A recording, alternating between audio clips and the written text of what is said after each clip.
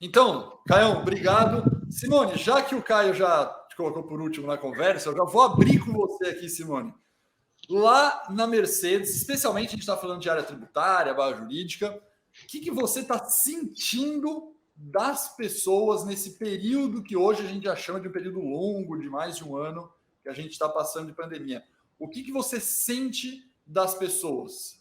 Da equipe, né, naturalmente. Né? Claro. Obviamente, eu acho que tem um cansaço, né? Que não é em decorrência do trabalho, é do ambiente, é o que a gente está vivendo. São as notícias, é o isolamento, a falta de proximidade com a família, isso cobra um preço. Então, você sente um esgotamento de um lado. Mas, de outro lado, eu acho que hoje a gente já está mais confortável nesse novo modelo de trabalho, né? Que é remoto, que não tem mais o cafezinho da empresa, a gente tinha uns cafés da manhã de sexta-feira que eram bons, não tem, o bolo de aniversário também já não tem mais, enfim, isso fez muita falta no começo, mas hoje a gente já está mais adaptado. Mas eu sinto que, acima de tudo, tem um cansaço pelo ambiente, né, que a gente está vivendo, essas notícias ruins, mas teve uma adaptação, né, a gente conseguiu sobreviver esse primeiro ano e entregar, né.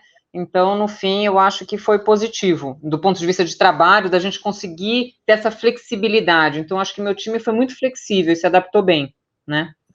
Perfeito. Ulisses, para você sente que o pessoal está produzindo mais, está sendo mais eficiente ou menos eficiente?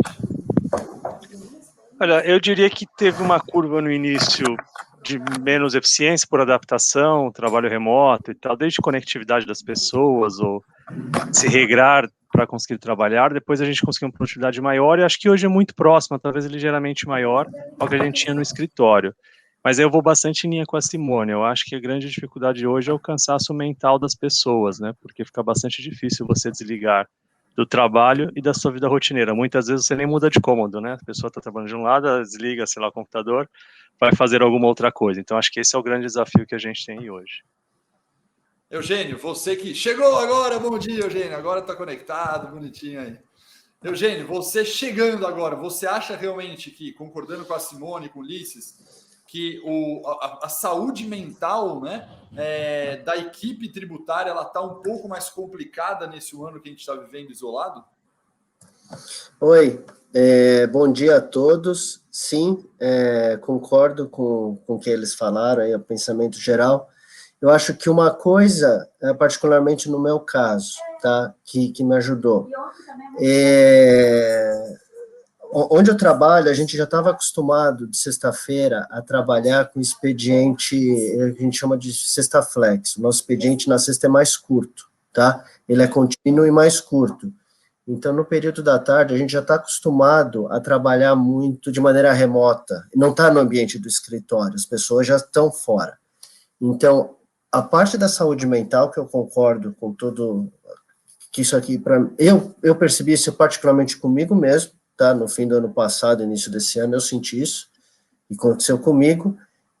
Em termos de funcionamento, de trabalhar, a gente, acho que um pouco de ter essa possibilidade na sexta-feira ajudou a gente quando teve que mudar para esse formato. Perfeito. É que aí, pessoal, esse assunto, logicamente, está discutindo. A gente, inclusive, fizemos um evento há 3 semanas atrás só de liderança remota e foi um assunto muito, muito discutido. E já o interessante é que já tem estudos científicos, né, acadêmicos, mostrando o que acontece no efeito remoto, o que acontece de emendar uma reunião na outra. Então, foi um fórum que a gente discutiu, foi bem interessante. E aí, Eugênio, você comentou a funcionalidade, né, de ter uma vez por semana o flex, isso que as pessoas se adaptassem mais rápido, porque já tinha uma lógica de trabalho. Eventualmente, as pessoas que já faziam flex já tinham um mini escritório em casa, um pouco mais estruturado, já tinha algumas coisas por lá. Porém, o que foi muito discutido é o seguinte, que no início foi difícil, depois todo mundo se acostumou, né? O que aconteceu é que a Simone falou, todo mundo passou a se acostumar. Só que agora, e aí foi interessante, por quê, pessoal? Saiu uma onda de empresas, e aí sai na mídia bastante, falando: olha, nunca mais voltaremos para o presencial, agora é tudo remoto, não faz sentido, já estamos entregando os escritórios, entregando não sei o que e tal. Só que começou em janeiro desse ano uma mídia ao contrário, em muitas empresas já falando assim: ó, na verdade, vai ser híbrido, porque só o presencial não dá mais. Por quê? Porque passou do limite da curva, e isso que você falou que era legal um dia, na verdade está tendo que ser o contrário. Cadê esse um dia de presencial para melhorar a saúde, melhorar a integração? Então, o que a gente está vendo agora, no momento, numa outra tendência, é que vai ser flex, vai ser híbrido, porque o dia que você tinha, Eugênio, do flex, ele vai passar seu dia, talvez, do presencial, né? E isso vai migrar a saúde mental, porque as pessoas estão... Simone, você acha que... Como que está na Mercedes essa questão? Já se discutiram isso? Já percebeu essa falta de conexão de cultura por estar isolado na área tributária? Já. Eu acho que o que mais a gente sente é o knowledge sharing, né? É compartilhar conhecimento. Quando você está ali no mesmo espaço, a troca é rápida. Você ouve o colega no telefone, fala, eu já vi isso. Ontem, inclusive, eu fui num fórum técnico e discutimos. Então, a troca ela é mais rápida, ela é mais ágil, né? Eu concordo com você que o presencial é necessário. Mas, de outro lado, muita gente também gostou de não ter que perder tempo no deslocamento, né? Tem alguns ganhos. Óbvio que o que a gente está vivendo hoje não é o home office que o Eugênio falou das sextas-feiras, porque eu aposto que nesse home office ninguém tinha criança em casa. Então, assim, obviamente esse home office que a gente está vivendo é home office, home duty, homeschooling, é muito home, né? Mas se ele ficar isolado ao campo dele, que é o home office, ele pode ser útil, mas é importante ter essa flexibilidade. E na Mercedes se estuda, assim, voltar para o híbrido. Qual que é o desafio? Eu não sei se os meus colegas têm também esse desafio, mas eu, como gestora, tenho. A gente vai voltar parcial. Então, assim, obviamente, como você disse, estão entregando espaços de escritório. Nunca mais teremos 100% da equipe ao mesmo tempo no escritório. Não é esse o plano, né? Se eu tinha uma equipe mais de 15 pessoas, agora vão 7 a cada semana, porque você reduziu o espaço, né? E aí, como você vai distribuir as pessoas de forma que elas mantenham esse contato também? Então, esse também tem sido um desafio. Qual que vai ser? Vai ser 2 dias in, 3 dias out? É a mesma equipe? Tem um rotation, as primeiras 2 semanas do mês e as 2 últimas? Então, assim, essa logística, parece que é brincadeira o que eu estou falando, mas ela é importante para essa conexão ser mantida. E é um desafio, né?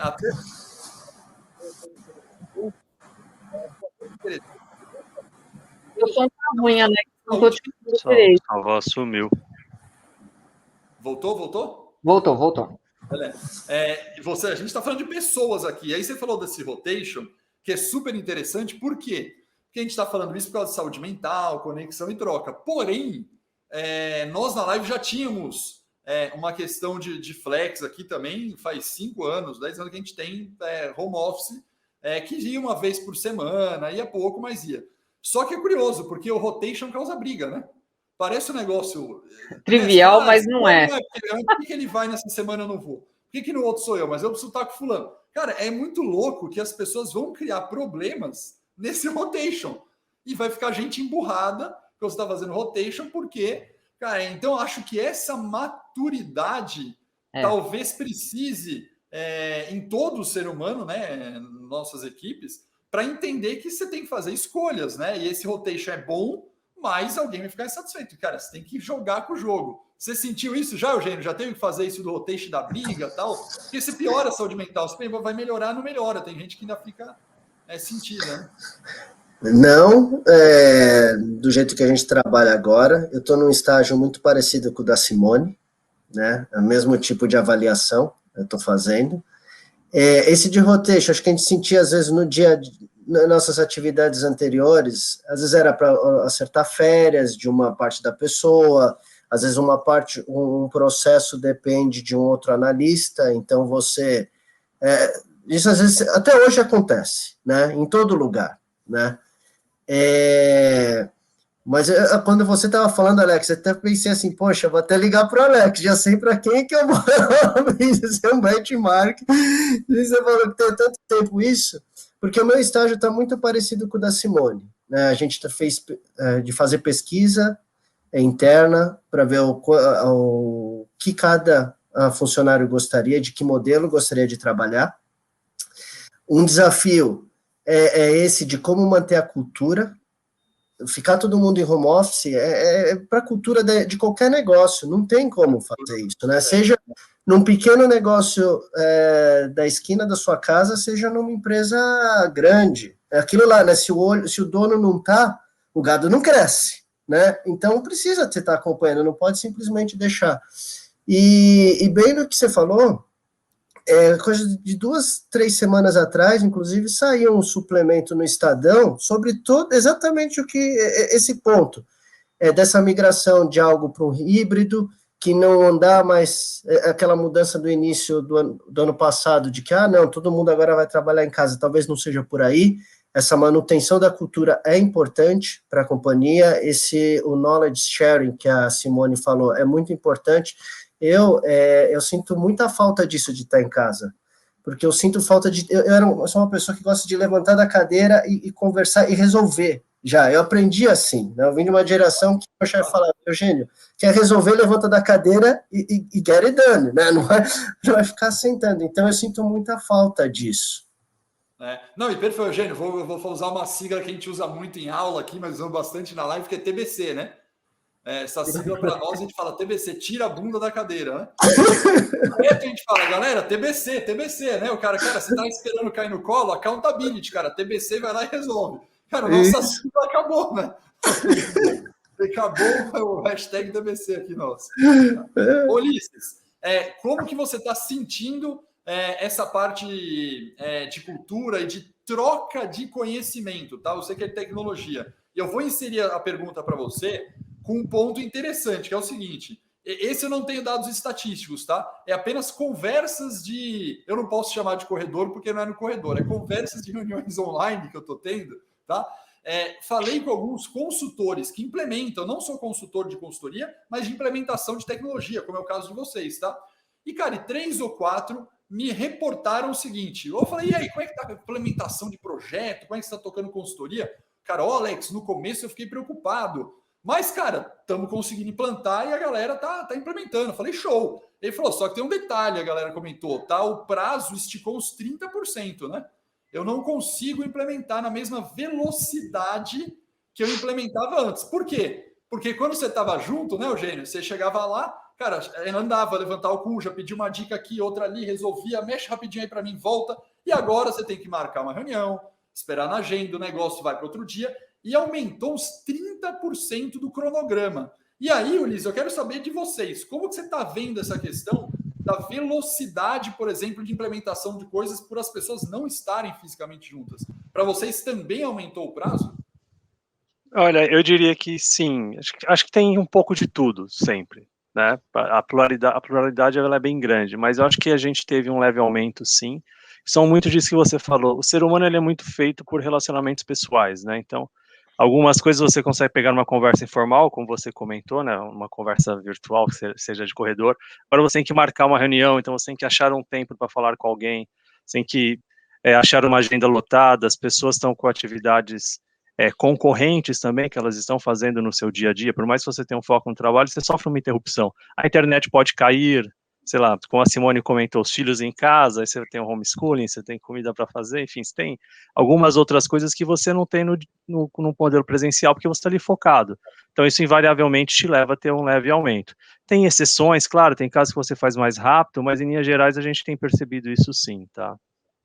Beleza. Pessoal, agora que a gente já fez digamos assim, já mapeamos o ambiente, já sabemos o que está acontecendo, a saúde mental está um pouquinho mais difícil, a gente já sabe que a perda de cultura existe, os projetos são um pouco mais longos, a gente já imagina que trabalhar no híbrido é o melhor momento, que a gente vai ter que fazer um rotation, a gente acha que traçou um bom panorama. O que eu quero entrar com vocês agora tá bom, mas quais são as ações práticas que a gente faz para melhorar a saúde mental dos funcionários? Agora eu quero dicas com vocês. Fala, olha, o que eu tenho feito e eu estou vendo que com essa atitude minha como líder, eu estou diminuindo o estresse da minha equipe. Olha, o que eu tenho feito também é isso aqui para diminuir a perda de projeto. Vamos pensar em dicas práticas que vocês testaram, aprenderam, erraram e falou, pô, eu já aprendi 3 coisas que são muito legais de fazer. Simone, o que você tem de top 3 dicas que você está fazendo, já experimentado aí com erros e acertos de um ano, que está muito legal e você acha que melhorou depois desse seu aprendizado? Eu acho que a questão da conexão e a proximidade com o time é sempre realmente um desafio, né? E, obviamente, não tem receita de bolo, né? Que é um pouco tentativa e erro, né? E eu, aqui no começo, vou te dizer, a gente, quando entrou para o home office 100%, que foi em março do ano passado, a gente tentou manter as reuniões periódicas na mesma periodicidade, que era quinzenal. E a gente já viu que isso não deu certo. As pessoas ficaram distantes, sentiam falta, então a gente aumentou essas reuniões do grupo, do time, né? E então a gente agora tem 2 por semana. Uma que é um shop floor, que é para falar o que a pessoa está fazendo, até é um ambiente mais informal, até perguntar como as pessoas estão se sentindo um pouco, né? Na pandemia, ergonomia, em casa, uns desabafos. É um pouco a gente fala que é o muro das lamentações, a gente tem um pouco de desabafo. E depois falar um pouco do que está fazendo, o que é a prioridade na semana, para você ajudar, porque de um lado, como você falou, o projeto é mais longo, a gente para falar com alguém espera, mas de outro lado as pessoas te acham muito fácil também, né? É aquela mensagem, você sente a necessidade de responder no chat, oi, você tá aí, podemos falar? Então tem a espontaneidade da procura, as pessoas te acham mais fácil num volume maior, então você fica bem ocupado ao longo do dia, não sei os demais, mas meu dia tá rendendo horrores, assim. Então, eu fico numa atrás da outra, eu não paro pro cafezinho mais, o meu cafezinho eu pego na cozinha, tô sentada aqui, já tô trabalhando, né, o meu almoço não é mais de 2 horas, porque ia caminhar, às vezes ia no shopping, almoçar, né, aquela vida mais gourmet. Não, eu preparo aqui, boto na máquina e volto para ele estar mais intenso. Então, eu acho que essas reuniões, eu acho que elas são importantes para esse desabafo, para a gente saber o que é a prioridade do trabalho, para as pessoas não se sentirem também sobrecarregadas com tarefa que não, às vezes não é, né, para a gente ir no mesmo sentido. Vou pegar essas duas para deixar bem claro. Então, uma reunião de prioridade, eu achei bem legal essa dica. Você fala, cara, vamos passar a prioridade da semana aqui com o pessoal, para a galera não se perder e, pô, manter uma linha ali. Um foco. Segunda, você falou que faz uma reunião de muro das lamentações, abafo, saúde mental. Qual a periodicidade e quanto tempo dura para o pessoal entender, já que você está praticando isso? Essa daí, como eu falei, são essas reuniões que eu faço semanais, chama Shop Floor. A gente primeiro fala, a gente faz uma... É que antes era em pé na fábrica, que era para ninguém sentar para aquela reunião longa, era para ela ser rápida. A gente se reunia de pé na área e a gente manteve isso né, online. E a primeira parte dela é essa questão de prioridade e o phishing, né? Tem alguém perguntando a mesma coisa para 3 pessoas diferentes? Que você aumenta um pouco a eficiência. Na área tributária tem muito isso, né, Eugênio? Eu vi você balançando, o Ulisses também, sabe? Um cara pergunta a mesma coisa para 3 pessoas para ter resposta diferente. Então, a gente também mapeia isso, essa é a prioridade. E depois tem uma outra parte de, aí, gente, como vocês estão? Teve algum quiprocó? Tem algum problema? Então, assim, é um mix, tá? Nessa reunião, ela é semanal e é de 1 hora. Ela é semanal e de 1 hora. Isso. Eu acho assim, ajuda. Eugênio, e você? O que você pegou de best practice que você tem para colaborar com a galera? Muita empatia como líder. Eu diria assim, não é só do líder, do gerente, do diretor, mas acho assim, toda da estrutura, seja um analista em relação ao estagiário, um coordenador em relação aos analistas e estagiários e assim por diante na cadeia, essa empatia, procurar entender, sempre procurar perguntar, como você está se sentindo, está tudo bem? Tem algumas, às vezes acontece de eu estar em reunião com pessoas do meu time e tá o barulho em casa, como acontece na minha, das crianças, né? Então, eu cheguei para, olha, pessoal, tudo bem, tá? Se quiser, pode desligar.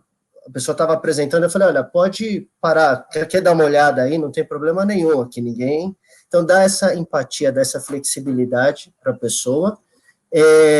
Reuniões no almoço, ou reuniões que fossem a partir do meio-dia ou antes. Então, sempre eu tenho falado para as pessoas da minha equipe, olha, bloqueia a agenda, não tem problema nenhum. Bloqueia aí entre 1 e 1h30, meio-dia e 1h30, ou de 1 às 2, o horário que você vai fazer o almoço, que melhor te atende, né, por causa das crianças, enfim, tudo mais, eu tenho feito para eles, olha, pode bloquear, eu não vou chamar vocês, não vai ter problema nenhum. Então, se achar... A gente também faz, é uma boa, Eugênio, acho excelente. Passou a ser algo fundamental, né? Foi fundamental, eu falei, olha, pode bloquear a agenda. E aí, porque às vezes acontecia das pessoas falar, mas apareceu uma reunião uma atrás da outra, ou ia até mais tarde, ou atrapalhava às vezes nesse horário. Eu falei, não, bloqueia, então não tem problema. A gente diria essas duas coisas, a questão da empatia buscar alguns horários que a pessoa sabe que ela tem algum compromisso, surgiu alguma coisa, né? Almoço, ou tem que atender alguma coisa, bloquear a agenda, enfim, para não ter, às vezes, aquela questão, não encontrei a pessoa, não, está bloqueado, vê um outro momento. Perfeito. E aí eu vou colaborar com isso da agenda, porque, como eu disse, a gente teve o Fórum de Gestão Remota, e a gente mostrou uma reportagem, né? Tem o Fernando Mulan, que trabalha com a gente aqui, professor nosso. Ele mostrou uma reportagem muito, muito interessante, mostrando a atividade cerebral e o nível de pico de estresse quando, e ao longo do dia, monitorou várias pessoas, e ao longo do dia, quando emendava uma reunião na outra, tá? Colocava uma colada a outra, e mostrava o cérebro mesmo com aquelas bolas vermelhas, né? Bem atuante.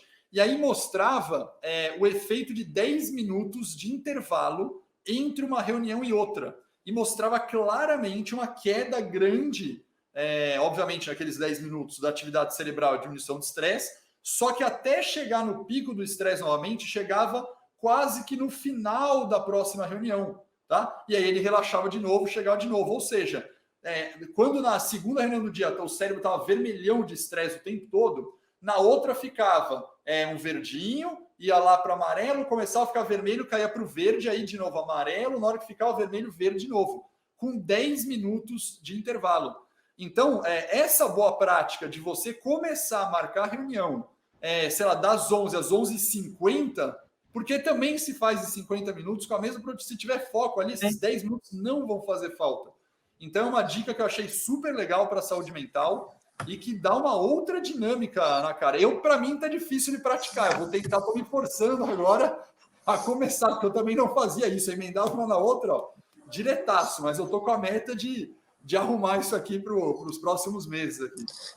Alex, essa daí você falou bem, essa é uma que a gente também aqui está incentivando isso, de ter você falou 10, aqui a gente fala um período um pouco maior, de 15 minutos de intervalo entre uma reunião e outra, então que as pessoas parem de marcar seguidamente e que não seja de 1 hora, é muito em linha do que você falou, que ela vá de 11 a 11h40 ou mais tardar 11h50, para ter esse intervalo aí. São duas coisas que também a gente está buscando incentivar aqui. Eu estou na mesma situação, particularmente, eu não consegui implementar para mim mesmo, está aqui na minha listinha aqui de tudo.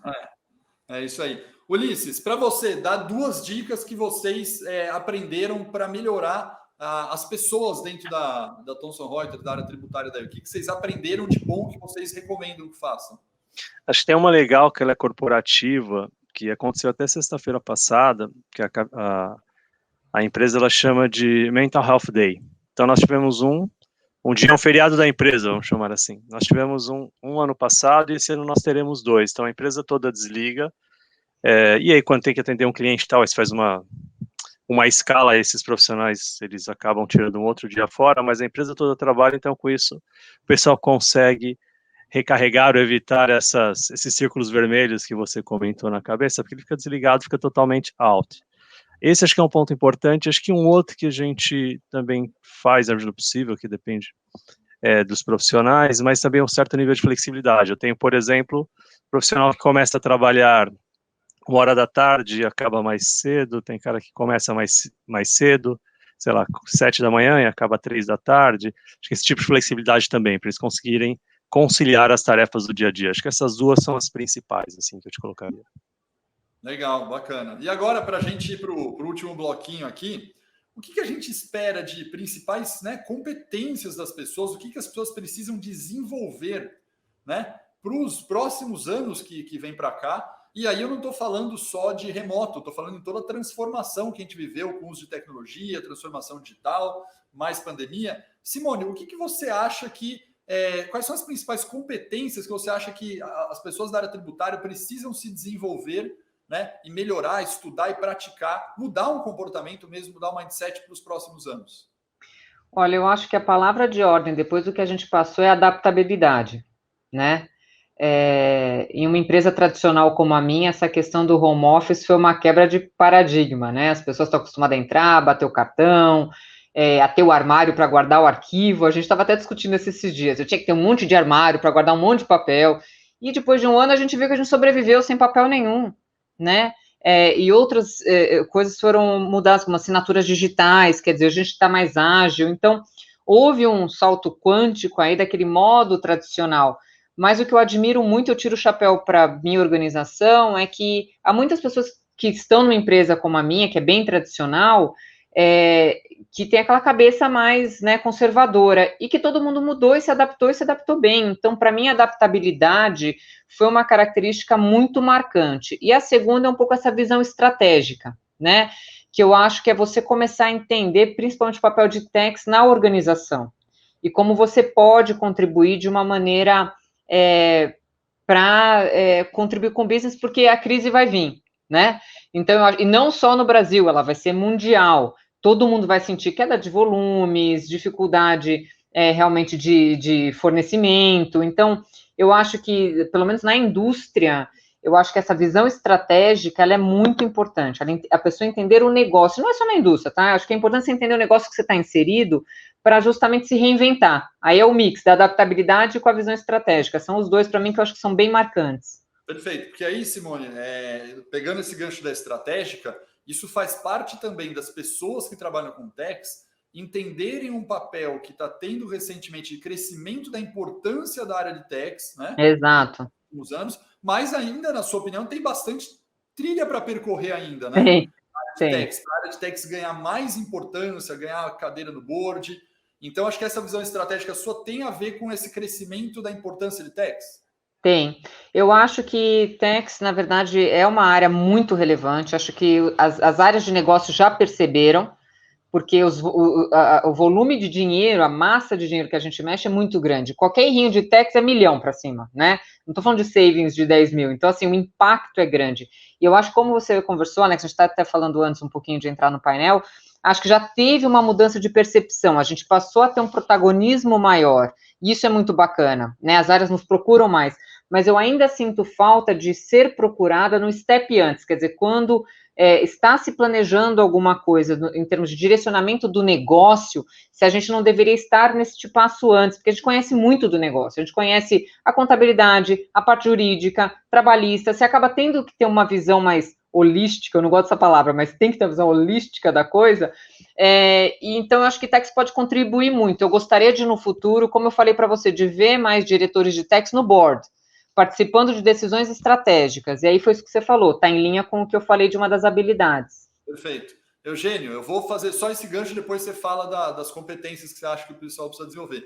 Você acha que nessa lógica, talvez o próprio, vou usar estereótipo aqui do profissional de techs, né? Ele não seja um profissional muito técnico, né? Muito focado na parte técnica, e que sem mudar esse comportamento muito focado em técnico, vai ser difícil conquistar uma expansão maior da área de techs. Será que é o momento de sair, Eugênio, dessa parte só do Technicase, no bom sentido da palavra, ser mais lobista, ser mais político, ter mais relacionamento com as pessoas e parar de só ser um ótimo técnico, calculador de imposto, que sabe todas as siglas, que inclusive fala com siglas para os outros, que dificulta o entendimento. O que você acha, Eugênio?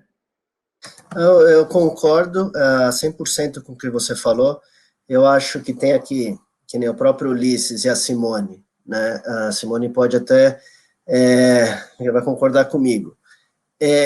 À medida que você sobe na carreira de in-house dentro da companhia, isso até esperado mais do profissional. O grande desafio que eu tenho com a minha equipe, às vezes, é fazer essa mudança de mindset, né? De entender a parte técnica, que ela é fundamental e é necessária, que dá a solidez e a base até por uma opinião para o negócio, por que está indo, por que tem que ser dessa forma e não da outra, às vezes até a forma de como recomendar um determinado approach para o negócio, né? E a própria organização espera isso do profissional para que ele possa continuar galgando os próximos passos e crescendo na companhia. Hoje em dia, no meu caso, como diretor, eu estou lá pela bagagem técnica, claro, sem isso não teria como, mas não esperam só do Eugênio a parte técnica, não, é esse do relacionamento, é de como pensar estrategicamente, é ver os diferentes negócios e como aquela decisão pode impactar o business, qual que é a melhor forma, às vezes, de dizer para o negócio o que ele deve fazer para chegar no mesmo objetivo, né? Não é simplesmente dizer não, mas dar orientação de que, olha, para fazer isso que você quer, o caminho é dessa forma. Tem essa alternativa, tem a outra, enfim, tudo mais, e mensurar os riscos, e aí você contribui com o negócio, ele vai saber quais são as possibilidades e quais são os riscos. E aí o board tem como fazer uma decisão colegiada e informada de que risco ele quer, que a companhia quer seguir. Né? Eugênio, eu vou pegar essa parte do risco, fazer um comentário, porque a gente tem aulas aqui de governança de risco e de planejamento tributário, tá? E aí eu vou fazer um comentário específico da nossa aula. A gente implementou na aula, tá? Um modelinho de árvore de decisão, com esquema de árvore de decisão, percentual para fazer planejamento tributário. O começo disso, os próprios professores, em sua grande, não todos, mas eu vou falar que 70% dos professores resistiram a colocar um modelo desse. Né? Os próprios professores da área que falaram, não, mas peraí, não, isso aqui eu tenho que escrever um texto de um parecer do planejamento tributário. A gente falou, não, galera, você faz a árvore de decisão aqui, percentual, sim ou não, e tem uma bolinha explicando.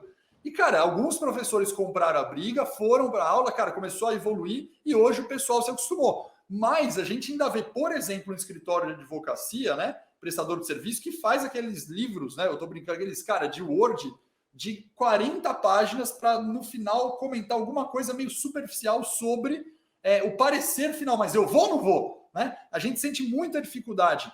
Eu acho que esse estereótipo técnico de não definição e não ser mais objetivo dificulta também esse crescimento estratégico. Né? Cara, essa área do risco que você falou é super interessante, o paradigma mental preso a gente se proteger num parecer grande. Em vez de falar, cara, é isso aqui que eu recomendo, você tem duas opções, probabilística 1, 2. Você concorda? Você já viveu esse dilema aí? Concordo, e eu acho que é muito da própria formação acadêmica que a gente tem. Dizer do Brasil, que é porque a minha realidade é onde eu cresci aqui, da faculdade de Direito, da faculdade de Contabilidade, eu vejo de administração e assim por diante. Eu vejo que hoje em dia tem uma tendência maior, acho que do próprio mercado, em que o nível acadêmico mude nesse aspecto, mas acho que a gente ainda não está lá ainda. Mas eu vejo ainda que um pouco a gente não aprende isso na academia, eu não aprendi isso na faculdade de Direito, nem quando eu fiz contabilidade. Então eu entendo até a resistência, às vezes, quando você fala, poxa, eu tive aqui uma resistência.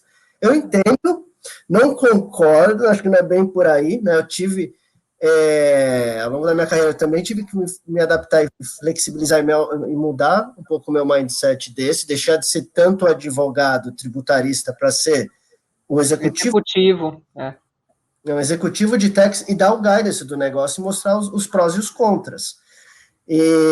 Porque a gente ainda não está lá ainda, eu vejo essa mudança no mercado exigindo isso, mas a gente não está lá ainda. Perfeito. Ulisses, para fechar, quais você acha que são competências para se desenvolver aí nesse novo período que a gente vai ver pela frente? Eu acho que muito em linha com o que o pessoal falou aqui. Eu acho que a questão tributária hoje tem uma visão muito de obrigação, de um OPEX, de um mal necessário. Eu acho que tem uma mudança de realmente começar a estar mais próximo do negócio, entendeu? Levando insights para o negócio. Então, quais são os ganhos? Como a Simone falou, olha, aqui eu posso ter uma economia de 1 milhão se eu fizer uma operação dessa forma. Ou como o Eugênio colocou, né? Se eu estiver mais próximo com o negócio, eu consigo ter um pensamento estratégico tal qual que eu tenha esse novo lançamento de um produto, alguma coisa no mercado. Então, acho que o grande ponto é realmente a transição de uma visão um pouco mais técnica, como você mesmo mencionou, e talvez menos focado no que o governo nos pede, muito mais orientado ao negócio, parafraseando a Simone, na visão holística. Então, como que eu realmente entendo o negócio, como eu faço o negócio vender mais, ou como eu faço esse negócio ser mais rentável? Eu acho que essa é a grande mudança que a gente deve ter no futuro. Perfeito. Alavancando sempre os dados, né? Pegando esse gancho final de encerramento, que a Simone falou de adaptabilidade, né?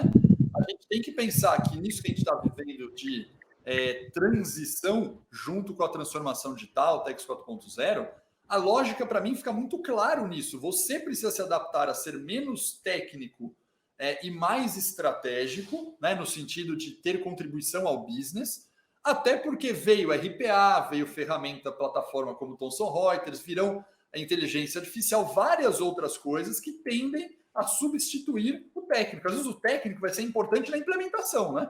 Na implementação você precisa ter um conhecimento grande, mas depois muita coisa as plataformas vão resolver. Então, se você não se desenvolver, se adaptar a um novo modelo em que a máquina vai fazer muito mais coisas técnicas de cálculo, de operação, e você vai contribuir adicionando valor ao negócio onde a máquina não pode, eu acho que aí que realmente está viradinha. E não é fácil, né, pessoal? Porque parece simples isso, mas acho que cada um, quando senta na cadeira, olha suas atividades, muitos ainda têm aquela curva de resistência. Ele fala, meu Deus, se eu parar de fazer isso aqui, eu vou ser mandado embora. Né? Para a pessoa conseguir romper a barreira para pensar, cara, eu vou adicionar valor ao negócio, vou deixar de fazer isso por outra, é o que eu brinco, né? Eu acho que o profissional do Tex hoje, se ele for muito bom e visionário, ele mata o que ele faz hoje. Essa é a minha brincadeira do momento. Cara, eu vou pegar o que eu faço e vou automatizar, vou melhorar e vou deixar o mais autônomo possível para eu fazer outra coisa. Acho que quem tiver essa atitude protagonista vai sair na frente em Tex aqui.